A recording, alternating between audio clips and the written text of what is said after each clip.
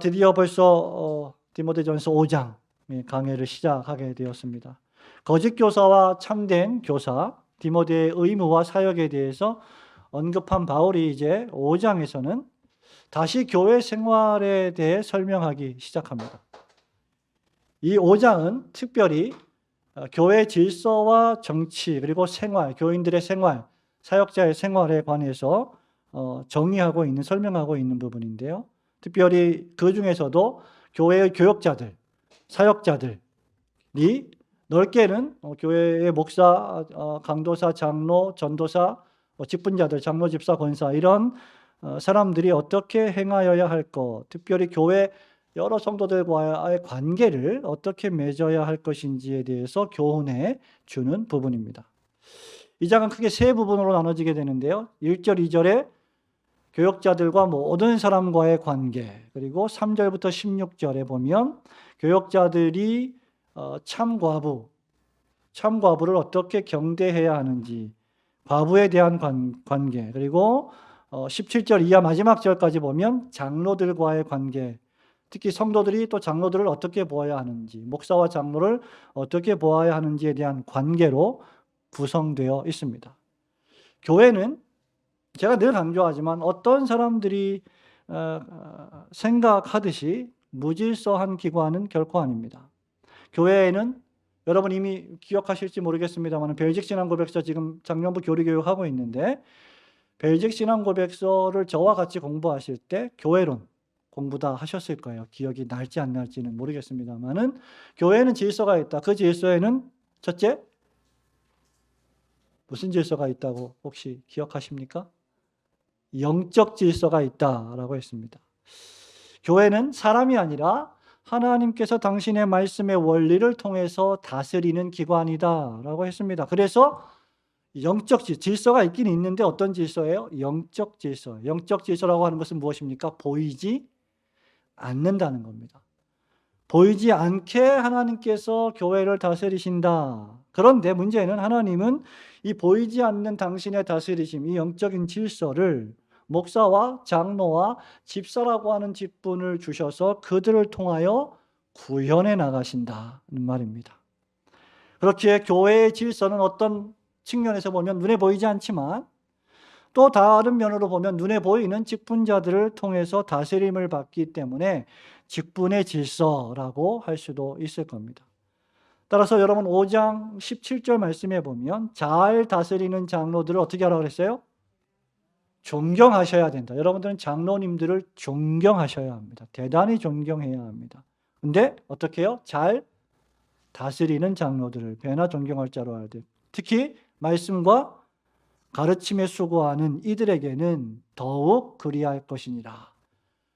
왜냐하면 교회라고 하는 것은 하나님의 말씀을 선포해서 죄인을 구원하는 구속의 기관으로 하나님이 정하셨기 때문에 그 말씀을 선포하고 설교하고 가르치는 사람이 바로 목사이기 때문입니다. 그러므로 목사에게 말씀과 가르침에 수고하는 이들에게 더욱 그리해야 한다라는 질서를 말해주고 있는 겁니다. 사역자는 이러한 말씀의 원리와 질서에 따라 성도들을 상대합니다. 오늘 우리가 읽은 본문의 말씀은 바울이 제자 디모데에게 영적 질서를 통해서 성도들과의 관계를 어떻게 해야 할지를 교훈해 주는 말씀입니다. 그러나 동시에 이것은 여러분들이 읽을 때 여러분들 자신에게도 동일하게 적용되는 말씀입니다. 우리 크게 두 가지를 좀 생각해 보려고 하는데 첫 번째로 사역자의 사역은 교회 내의 모든 사람들에게 적용되는 사역이다라는 사실입니다. 5장 1절과 2절 말씀 우리 같이 읽어볼까요? 시작. 늙은이를 꾸짖지 말고 권하되 아버지에게 하듯하며 젊은이에게는 형제에게 하듯하고 늙은 여자에게는 어머니에게 하듯하며 젊은 여자에게는 온전히 깨끗함으로 자매에게 하듯하라. 여러분 우선 교회 사역자들, 교역자들 그리고 직분자들은 교회의 모든 성도들이 사역의 대상이다 이 말입니다. 여기 보면 누가 나와요? 기분 나쁜 말 아닙니다. 누가 나와요? 늙은이. 나이가 많이 드신 분이란 말이에요. 저 늙은이 이런 의미가 아닙니다. 나이가 많이 드신 분, 연로하신 분, 또 젊은이, 청년을 가리킵니다. 젊은 여자, 그리고 늙은 여자, 젊은 여자. 이런 말씀들을 하고 있습니다. 본문은 이 네 부류의 사람들에게 권하라고 말하고 있습니다. 사역자들이 이 네 부류의 사람들에게 권면해야 한다는 거죠. 이러 볼 때 이 디모데의 사역은, 에베소 교회에서의 디모데의 사역은 남녀노소 빈부귀천을 막론하고 하나님의 말씀으로 권면하고 경계하고 명령하고 수정하는 일에 관계되는 것입니다. 이 일은 사역자가 교회의 그 어떤 대상자들도 소홀히 해서는 안 된다는 것을 암시합니다. 어린아이들이 교회에 올 때 어린아이들은 교회에 별 도움이 안 되니까 가라. 이건 사역자의 자세가 절대 아니죠. 어린아이들은 한국 교회의 미래입니다. 특별히 이렇게 수요 예배에 매주마다 빠지지 않고 나오는 아이들이 과연 몇 명이나 있을까? 대한민국에 좀 많지 않다고 봅니다. 그렇기에 그들도 목양의 대상이라는 거예요. 소홀히 해서는 안 된다는 것이죠. 교회의 모든 개인과 단체는 모두 다 하나 없이, 예외 없이 목회자의 사역의 대상이 됩니다. 먼저 사역자들은 늙은이를 꾸짖지 말고 권해야 한다고 했습니다. 꾸짖는다는 것은 여러분 어떤 거예요? 주로 연장자가 연하자에게, 나이가 많은 사람이 나이가 보다 좀 자기보다 어린 사람들에게 비난하고 책망하고 훈계하는 것을 뜻합니다. 그러나 참된 사역자는 연상자, 즉 늙은이를 대할 때 그런 식으로 책망하거나 비난해서는 결코 안 됩니다. 그런 자들에게는 언제나 부드러운 말로 권해야 합니다. 권한다고 하는 말은 온유한 방법으로 권면하여 부드러운 말로 따르게 하는 것을 가리킵니다. 그래서 바울은 계속해서 늙은이를 꾸짖지 말고 권하되 누구에게 하듯 하라고요?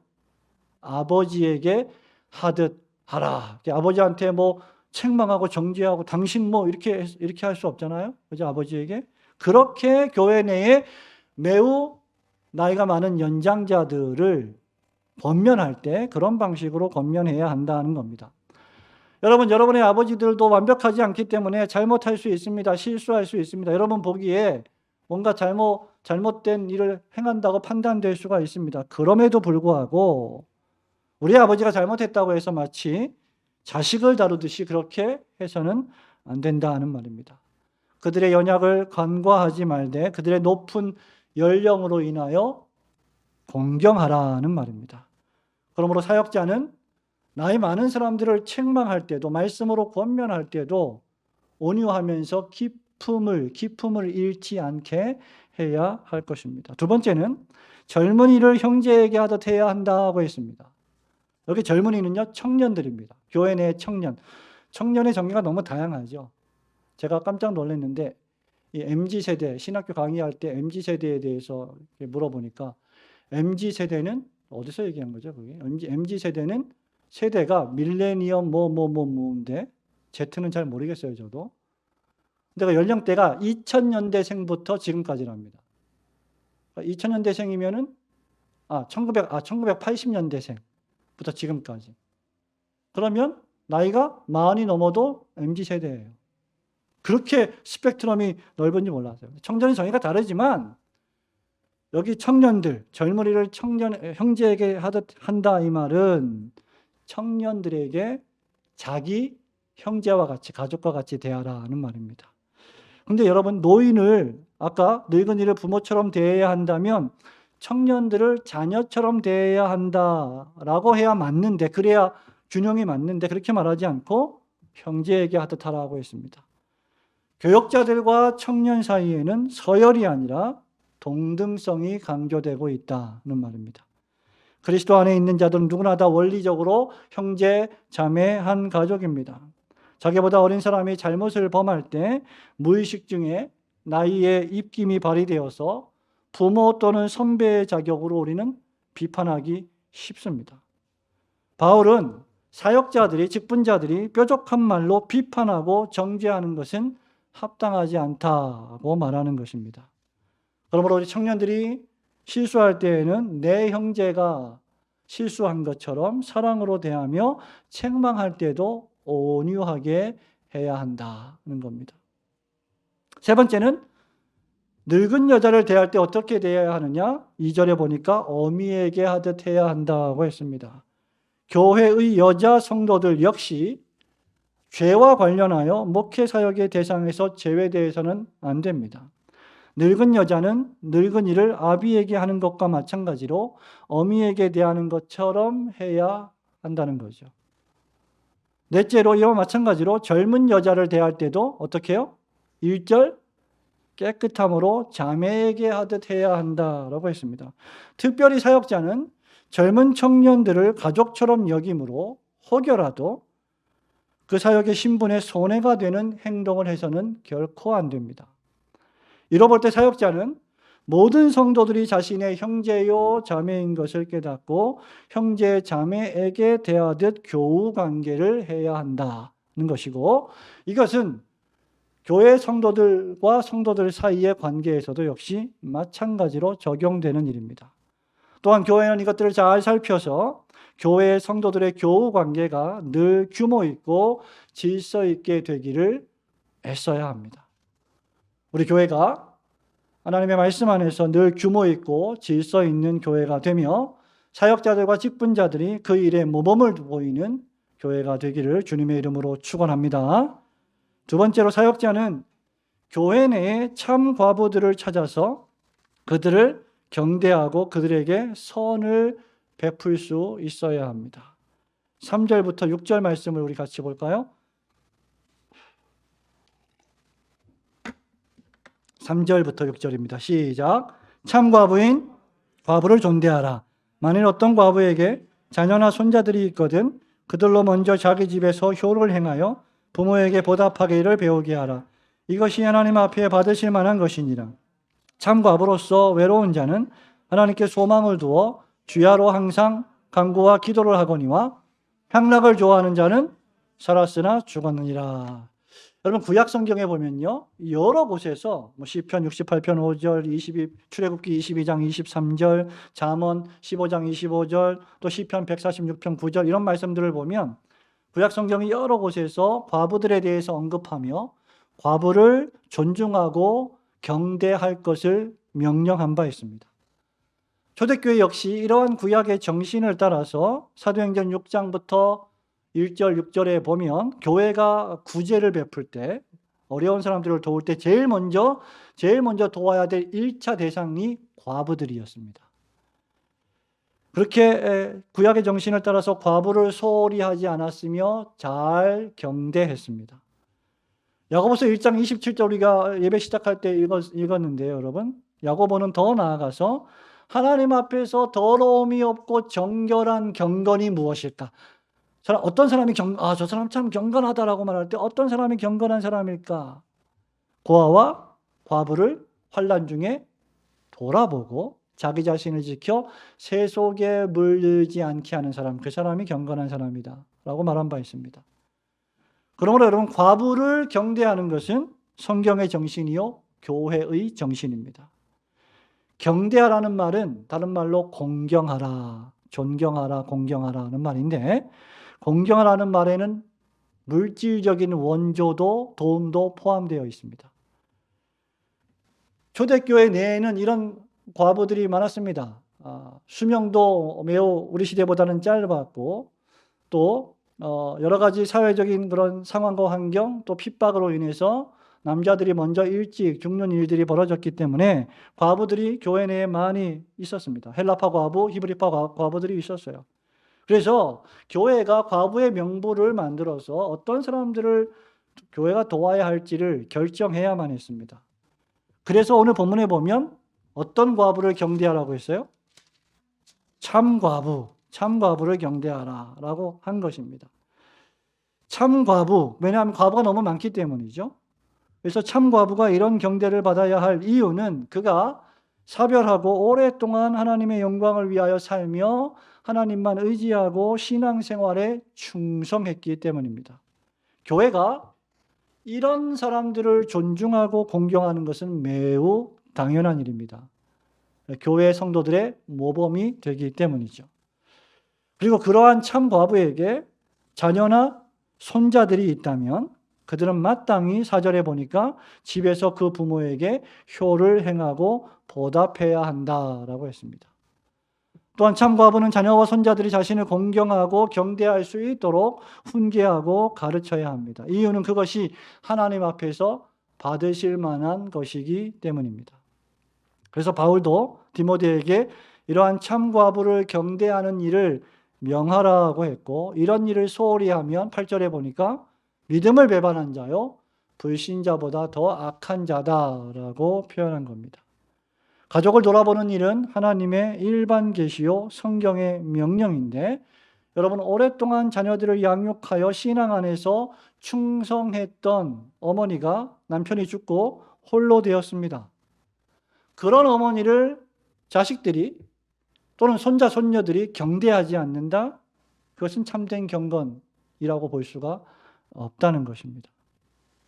그것은 매우 비난받아 마땅할 일입니다. 참 과부는 6절에 보면 일락을 좋아하지 않고 항상 하나님께 소망을 두어 주야로 간구와 기도하며 살아갔던 신앙인들이기 때문입니다. 그러므로 참 과부를 경대하는 일은 마땅한 일입니다. 그럼 누가 참 과부인가? 우리 시대와는 좀 많이 다른 그런 문화적인 환경 속에서 벌어진 일인데, 초대교회는 과부의 명부가 있었습니다. 그래서 과부로 명부에 올린다는 말은 교회가 공적으로 구제받을 과부를 선별하여 교회에 등록된 과부로 기록한다는 것을 뜻합니다. 이런 사람들은 교회가 제공하는 모든 구제의 대상이 되는 거예요. 그렇다면 그 자격이 무엇일까? 일단 첫째는 그 당시에 나이 60이 덜 되지 않아야 한다. 60 이상이 되어야 한다는 말입니다. 구제가 없으면 생계 유지가 힘들다고 판단되는 나이입니다. 그렇지 않은 사람이 구제를 받으면 그건 불합리한 일이죠. 자기 손으로 열심히 일해서 직업을 가지고 벌어먹고 살 수 있는 사람이 구제를 받는다? 그것은 성경적이지 않다는 말이에요.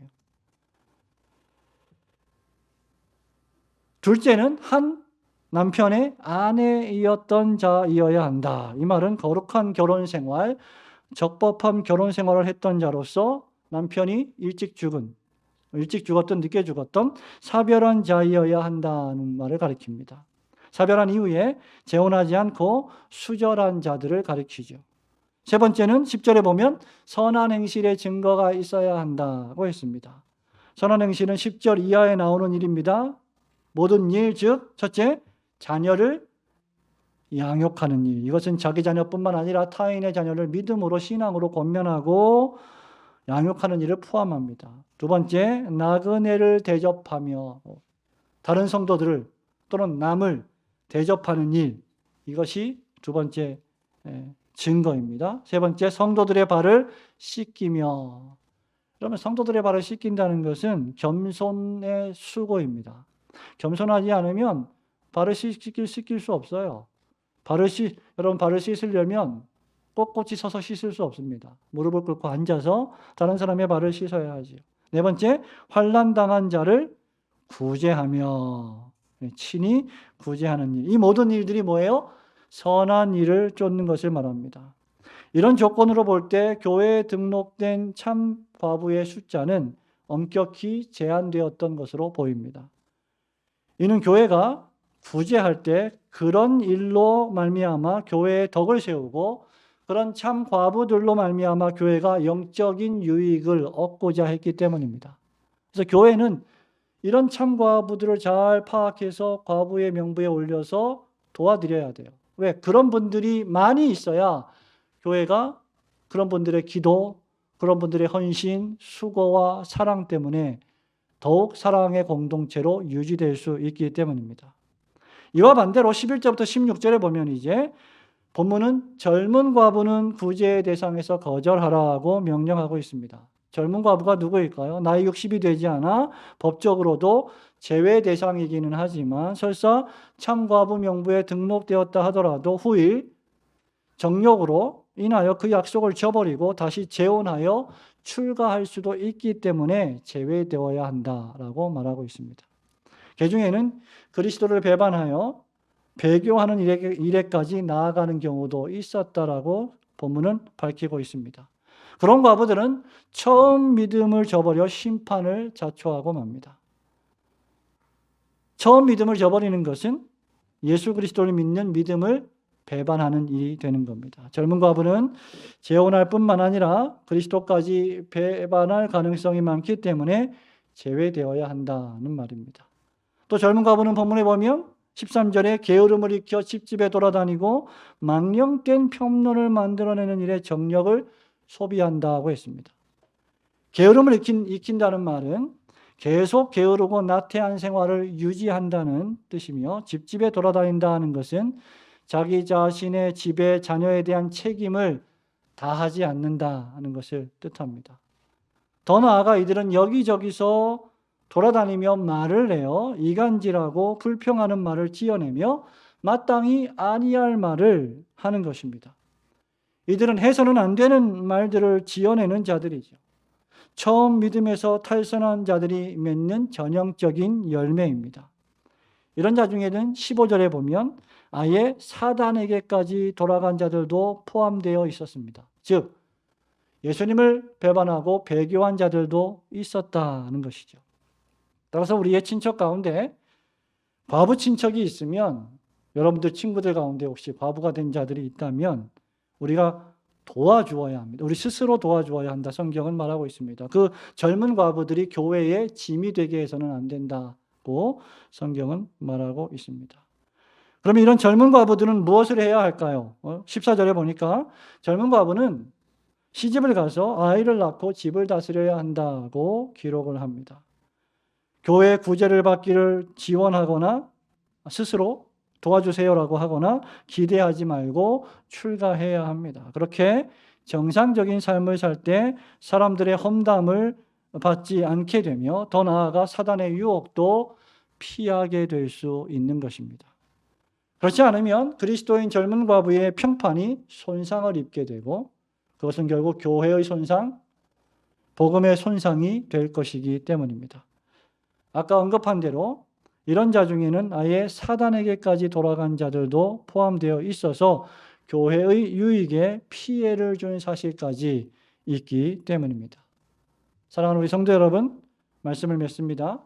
교회 사역자들, 교회 직분자들은 실로 신앙생활에 모범을 보이며 교회 내 여러 다양한 유형의 교인들을 말씀과 사랑으로 잘 지도하고 다스려야 할 책임이 있습니다.